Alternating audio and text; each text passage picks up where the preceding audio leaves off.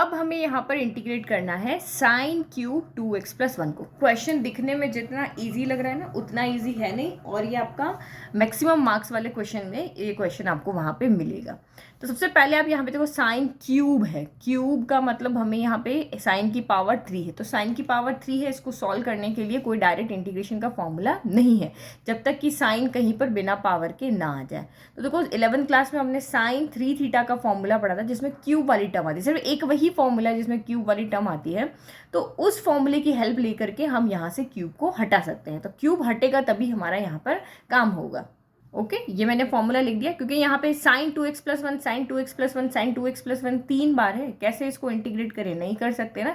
तो इसको ऑपरेशन में लेके आना है, मतलब जो 3 टर्म है उनके बीच में कोई ना कोई एक ऑपरेशन, चाहे प्लस आ जाए चाहे माइनस आ जाए। तो सिर्फ एक यही फॉर्मूला है जो इसको इस तरीके से चेंज कर सकता है। तो मेरे पास साइन क्यूब थीटा है, थीटा की जगह 2x+1 है, तो मैं यहाँ से साइन क्यूब थीटा की वैल्यू निकालते, तो मुझे इसकी वैल्यू निकालनी है, नेगेटिव है, ये उधर चला जाएगा।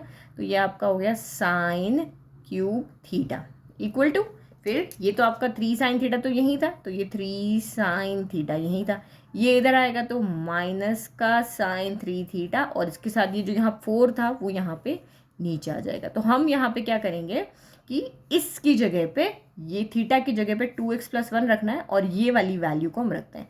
अब हमारा काम हो जाएगा इजी, सिंपल टर्म आपकी यहाँ पे आ गई, क्योंकि अब क्यूब हट के हमारे सिर्फ क्या हो गए, थीटा की फॉर्म में क्वेश्चन हो गया है और इसका हमें इंटीग्रेशन आता है। तो सबसे पहले आप थीटा की जगह पे 2x+1 हमें यहाँ पे रखना पड़ेगा।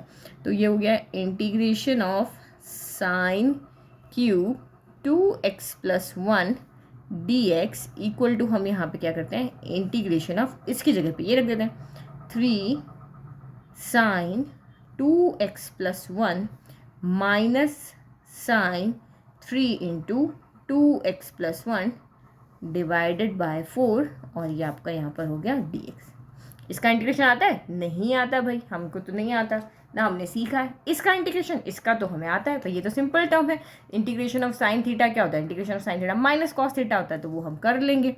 ठीक है, तो अब हम इस 4 को, या तो पूरे को ही 4 को हम बाहर ले लेते हैं, या सेपरेट करके लिखते हैं। तो यहाँ करेंगे तो 3/4 integration of sign 2x+1 dx हो जाएगा, माइनस यहाँ पे तो कुछ है नहीं, तो यहाँ पे 1/4, क्योंकि ये जो 4 अब इसके साथ लिखेंगे, इंटीग्रेशन ऑफ साइन 3 को अंदर ले जाओ, तो ये आपका कितना हो जाएगा, 3 2 जा 6x + 3, साइन 6x + 3 हो गया, और ये आपका यहाँ पर dx हो गया। तो आता है हमें इंटीग्रेशन, कर लेते हैं इंटीग्रेशन। 3/4 ये आपका यहाँ पे integration of sine theta minus का कॉस थीटा, तो माइनस का कॉस 2x+1। अब इसका डिफ्रेंशिएशन करके हम डिवाइड करते हैं, तो डिफ्रेंशिएशन ऑफ 2x+1 तो ओनली 2 आएगा। तो डिफ्रेंशिएशन तो अभी सिखाना नहीं पड़ेगा, कांस्टेंट का 0 हो जाता है और यहाँ पे 2x का ओनली 2 होता है। ठीक है, तो ये हमने यहाँ का कर लिया। फिर माइनस 1/4 इसका करो, साइन थीटा का माइनस का कॉस 6x + 3, 6x + 3 का डिफ्रेंशिएशन होता है 6, तो नीचे आ जाएगा 6, और ये प्लस आपका c हो गया। बस अब हमें इसको क्या करना है, सॉल्व करना है। तो माइनस और ये 2, तो ये 4 2 जा 8 हो जाएगा, तो 3/8 माइनस आगे आ गया कॉस 2x+1। ठीक है, फिर माइनस माइनस प्लस, ये आपका कितना हो गया, 6 4 जा 24, तो ये आपका 1/24 कॉस 6x + आपका 3 हो गया, और ये प्लस c हो गया। बस इसको अरेंज कर लेना है।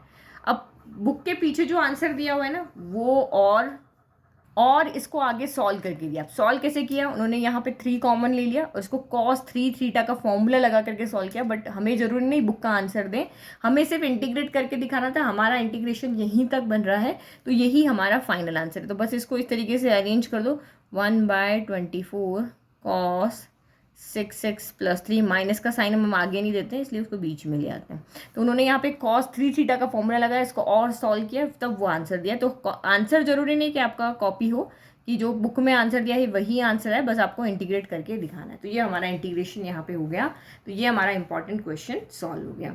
तो आई होप आपको ये सोल्यूशन अच्छे से समझ में आया। Thank you.